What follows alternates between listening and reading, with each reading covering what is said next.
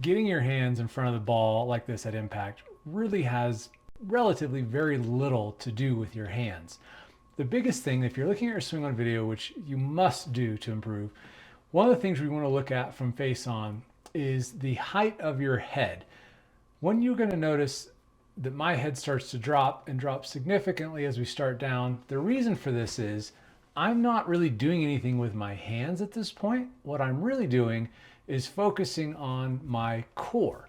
I'm using my core at this point rather than my arms and hands and shoulders. Everything in my swing is happening from basically here, and that's what makes my head drop. And as my head drops, as it brings my upper body closer to the ball, as my core continues to fire, this allows my arms, my right arm specifically, to stay bent longer and my wrist angle to stay bent back longer. You can see obviously the wrist angle here. If we draw a line there and then with the shaft, I've still got a lot of wrist angle just milliseconds before impact. But if I was standing up and my head was going up above the line where I started, which I see all the time in students, my arms and wrists would have to start to extend early in order for me to be able to make contact with the ball. And that happens when you start firing with your arms and shoulders from the top. Then your head's going to stand up because your proprioceptor is going to say, I'm going to stick this club in the dirt.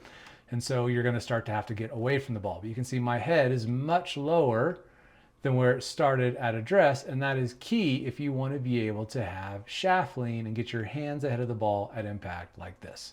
If you don't know how to do this, you really want to understand how to swing the club correctly, like the greats of all time, you really want to look at the GOAT code and follow through the program step by step, because it's really, really hard to just magically get your hands in front of the ball like this if you don't start from the beginning, from square one, which is learning how to control the club face with putting, chipping, and pitching, which is how the GOAT code starts, and it'll walk you through how to get through these positions correctly, and so that you can have real power, real leverage at impact without trying.